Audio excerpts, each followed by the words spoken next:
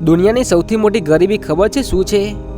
જ્યારે માણસ પાસે અંદરથી કંઈ ના હોય પણ તે બહારથી અમીર દેખાવા માટે પોતાની આખી જિંદગી દાવ પર લગાવી દે છે। આજે આપણે એક એવા યુગમાં જીવીએ છીએ જ્યાં લોકો ખુશ રહેવા કરતાં ખુશ દેખાવા પાછળ વધારે મહેનત કરે છે। પણ યાદ રાખજો મિત્રો, ખોટો દેખાડો જિંદગીના સાચા સુખને ગળી જાય છે। આજે હું તમને બે મિત્રોની એવી વાર્તા કહીશ જે તમારા જીવનની પ્રાથમિકતાઓને બદલી નાખશે। વિજય અને રાકેશ બાળપણના મિત્રો હતા।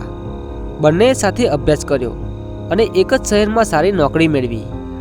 વિજય સ્વભાવે શાંત અને સમજુ હતો, જ્યારે રાકેશ હંમેશા બીજાને નીચું બતાવવામાં અને પોતાની જાતને ચડિયાતી સાબિત કરવામાં માનતો હતો।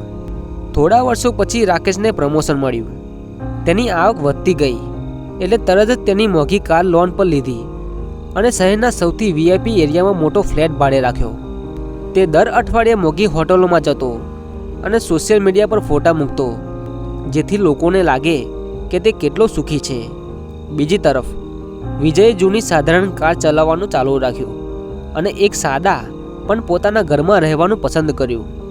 રાકેશ જ્યારે વિજયને મળતો ત્યારે તેની મજાક ઉડાવતો, તારા જૂના ફોન અને સાધારણ જીવનથી તું કંટાળતો નથી? જો મારા નવા બ્રાન્ડેડ કપડાં અને આ ચમકતી કાર, લોકો મને કેવી ઇજ્જત આપે છે। વિજય હસીને કહેતો, ભાઈ તારી વસ્તુઓ સરસ છે પણ મારે અત્યારે દેખાડાની જરૂર નથી। મારે મારા પરિવારનું ભવિષ્ય સુરક્ષિત કરવું છે। રાકેશનો પગાર વધતો ગયો પણ તેની સાથે તેના દેખાડાના ખર્ચાઓ પણ વધતા ગયા। તેણે આઈફોન, વિદેશી પ્રવાસો અને પાર્ટીઓ પાછળ એટલું દેવું કરી નાખ્યું ને કે તેના પગારનો 80% હિસ્સો તો લોનના હપ્તા ભરવામાં જ જતો રહેતો। તેની પાસે બેંક બેલેન્સ 0 હતું પણ બહારથી તે રાજા જેવો દેખાડો કરતો હતો। સમય બદલાયો।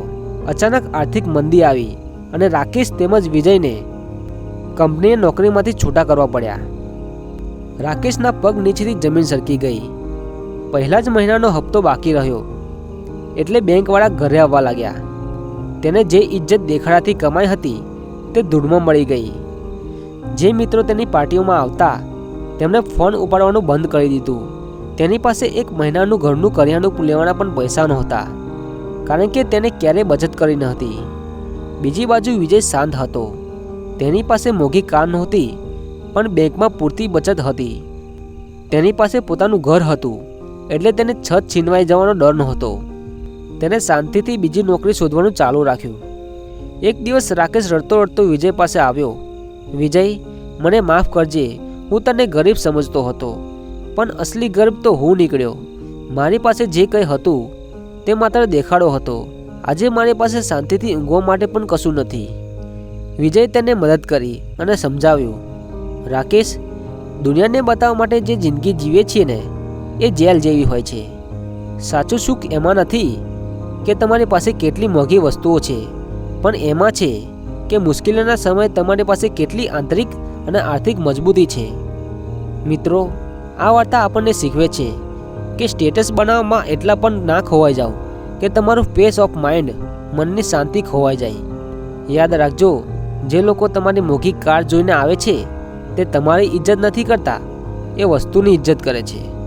જીવન સાદગીથી જીવો, જરૂરિયાતો પૂરી કરો પણ દેખાડા પાછળ આંધળી દોડ ના મૂકો, કારણ કે જ્યારે સંકટ આવે છે ત્યારે તમારા બ્રાન્ડેડ કપડાં નહીં પણ તમારી બચત અને તમારા સંસ્કાર કામમાં આવે છે। જિંદગી જીવો, દેખાડો નહીં।